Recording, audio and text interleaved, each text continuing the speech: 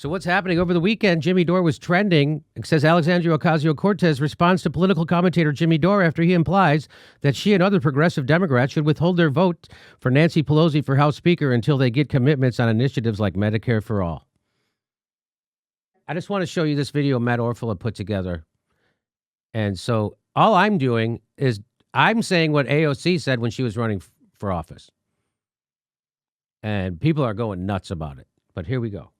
We can't even get a floor vote on Medicare for all. That's garbage. You can do it right now. We need 15 Democrats. Hi, Jimmy. We need the elected officials that you helped get elected to tell Nancy Pelosi that you will not vote for her as Speaker unless Medicare for all is put on the House floor for a vote. I think it's a really smart idea. You know, the worst abuse of power, Crystal, is not using the power you have to fight for people. Will they? Time to let AOC know they have no other option because we're watching and we see through their bullshit excuses. We have to put public pressure on them. I want to see who's going to vote against health care in the middle of a pandemic. If you're not going to do it now, you are never going to do it, you phony. All the people who filled up your voicemail, they're going to remember whether you did the right thing here. Which side are they really on? This is where you force progressive House members to reveal who they answer to. Do they answer to their constituents or do they answer to the party bosses? Listen to AOC's own words. The Democratic Party does not do more unless it is pushed. And so this moment is the great unmasking. Force it to happen. Ask them, are you fighters or are you careerists? Are you activists for the people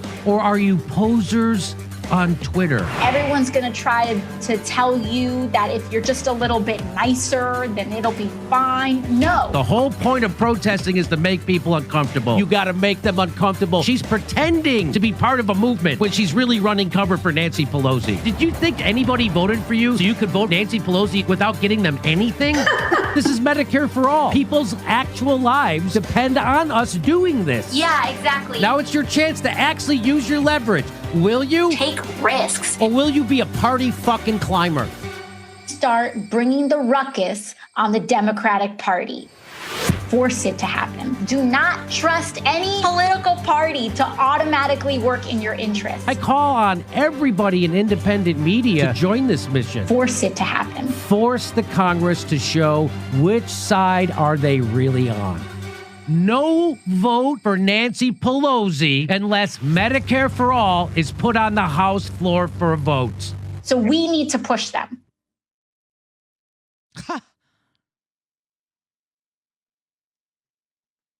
And now I just had a guy on the show saying that you can't push Nancy Pelosi. If you withhold your vote for her, Kevin McCarthy could become Speaker, and that's really, as a human being, that's really bad. So that's what they were saying. That's Nancy. That's them. That's AOC. That's her words. And now she's 100% doing a 180. She's doing a 180 right now. Can't do it. We can't ever do anything because we can't risk losing the speakership. That's exactly your leverage. That's exactly their leverage. And I just had a guy from Bernie's campaign come on and say, you can't risk that. You can't use your leverage. He just said that's what he said on the show. You can't risk using your leverage because you're going to risk Kevin McCarthy becoming Speaker. So that's what she was saying. I'm going to bring everyone's attention to the 68th United States Congress, March 4th, 1923. Why is that important, Jimmy? In December 1923, at the start of the 68th Congress, when Republican Frederick H. Gillette needed 9 ballots to win re-election, progressive Republicans had refused to support Gillette in the first 8 ballots. I'll read that again. On December 23rd, at the start of the 68th Congress, when Republican Frederick H. Gillette needed 9 ballots to win re-election, progressive Republicans had refused to support Gillette in the first 8 ballots. Only after winning concessions from Republican conference leaders did they agree to support him.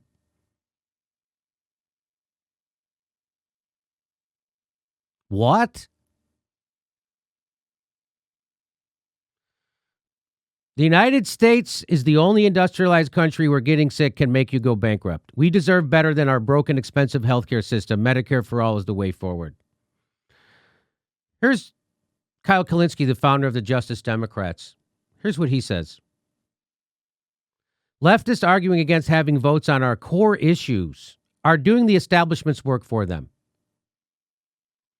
And also calling them performative votes. That's also doing the establishment's work for them. Calling this vote a performative vote is doing the establishment's work for them. FYI. You're not doing some brilliant, high-minded strategy. You're not. We don't understand. So you're not doing some brilliant, high-minded strategy that we don't understand. You're just weak, scared of the consequences and rationalizing. That's exactly what got revealed at the end of that interview with David Sirota. That's exactly what got revealed. Now, I'm going to check that video. Maybe I'm wrong. Am I wrong? No. I think so. He was saying they can't do it, Jimmy. It's a tough decision. You can't do it. We'll see. We'll see. We're going to check that video. What is basically happening on Twitter right now is a lot of people who said we have to elect Democrats and then push them left are arguing against actually pushing them left. That's exactly right. So I don't know if you saw this Twitter storm that came at me, but it came at me because we were trending, and we were trending because we're trying to give people health care. And man, people came at me. I hate Jimmy Dore, so poor people shouldn't have health care is my least favorite genre of the leftists.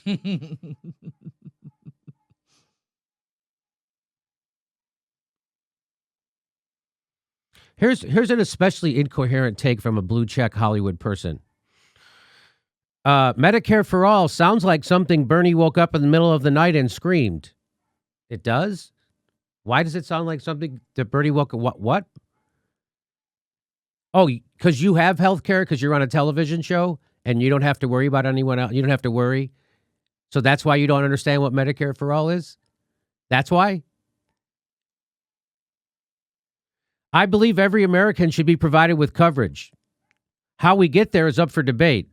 That's why I'm officially rolling out health care for all. Medicare for all sounds like something Bernie woke up in the middle of the night and screamed. Does you see this tweet? It's like that's something like he woke up in the middle of the night and screamed. This tweet doesn't even make any sense. He just doesn't like Medicare for all. I guess it's okay for people over 65, but not for people under it. Isn't he 65 already?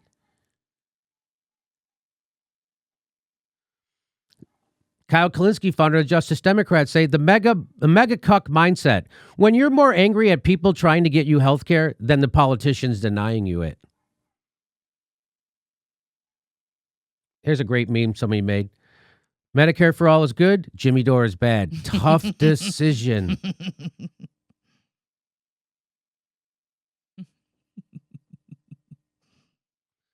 Medicare for all could save as much as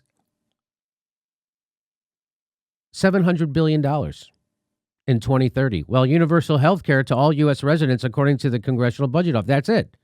The single-payer option would change total national health expenditures in 2030 by amounts ranging from a decrease of $700 billion to an increase of $300 billion. Lower payments rates for providers and reductions in payers' administrative spending are the most important factors tending to reduce the national health expenditures. And greater use of health care is the most important factor tending to increase NHA. I'll read this to you. You can't see it. It says, under all 5 options, the single-payer system would spend less on administration than the total amount that all payers would spend on administration under current law, the CBO estimates. That reduction would be a major factor exerting downward pressure on total national health expenditures. So in other words, it's way cheaper, folks. That's what this says. It's way cheaper. Starting my new group, Progressives Against a Vote on Medicare for All. Also launching my new company, Wait for a Convenient Season, Inc. Wait for a more convenient season, Inc.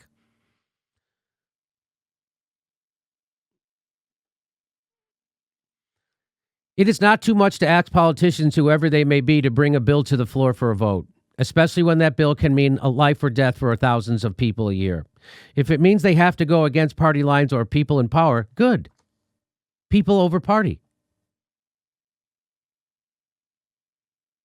Starting my new group, Progressives Against America, and launching my new company, Wait for a More Convenient Season, Inc. And at the end of the trilogy, we can get, hey, we can start fighting for change in 2050, maybe. I like that. We don't have enough votes yet. Maybe later. Martin Luther King from Birmingham jail. You remember that, right? The American people are the boss of politicians. We never act like it. It's time that we do. Yeah. There you go. Call them, pressure them. Tell them to hold the vote. There it is. Hold the vote. Hold the vote. And don't let them weasel out of it. Oh, we're going to get a committee chairmanship, or we're going to sign a letter, or we're going to send a thing to a guy. We're going to get a procedural change. What we're going to do is we're going to get a vote for Medicare for all on the floor. We're going to pass Medicare for all in the House. That's what we're going to do. And we're going to build momentum even more so. You know, Medicare for all, we passed in the House in 2009. And right now, it wouldn't. There you go. Hold their feet to the fire.